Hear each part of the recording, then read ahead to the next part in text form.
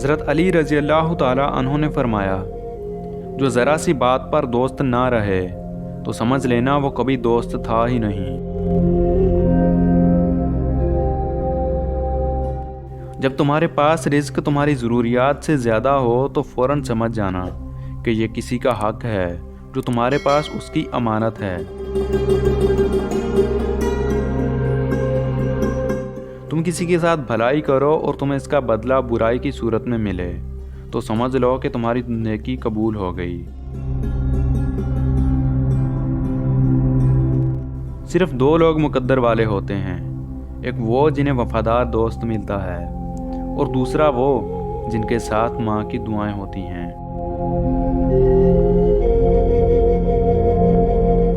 مشکلات ہمیشہ بہترین لوگوں کے حصے میں آتی ہیں کیونکہ وہ اس کو بہترین طریقے سے انجام دینے کی صلاحیت رکھتے ہیں۔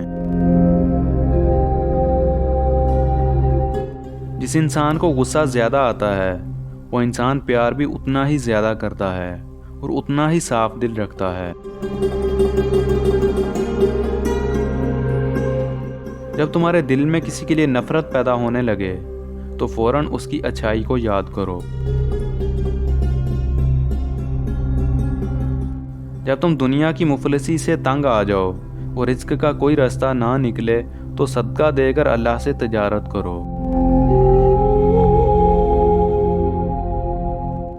زندگی میں چاہے کتنی بھی خوشیاں ہوں ہمارے پاس، لیکن ہم تب تک خوش نہیں ہو سکتے جب تک ہمارے ساتھ وہ نہیں جس کے ساتھ ہم خوش رہنا چاہتے ہیں۔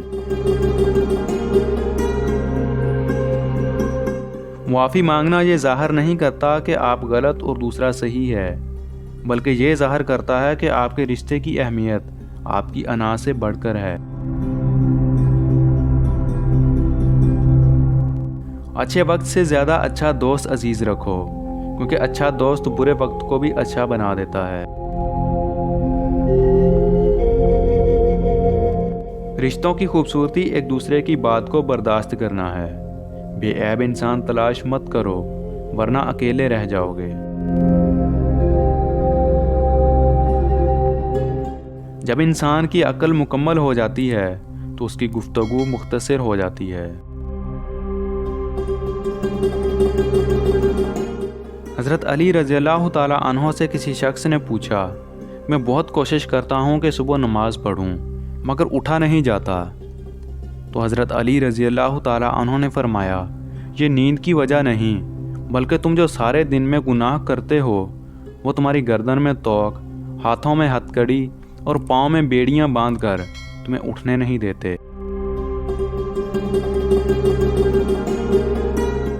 ایمان اور حیا دو ایسے پرندے ہیں کہ اگر ان میں سے ایک اڑ جائے تو دوسرا خود ہی اڑ جاتا ہے۔ اس شخص کی دوستی پر اعتبار نہ کر جو اپنے اقرار کو پورا نہ کرتا ہو۔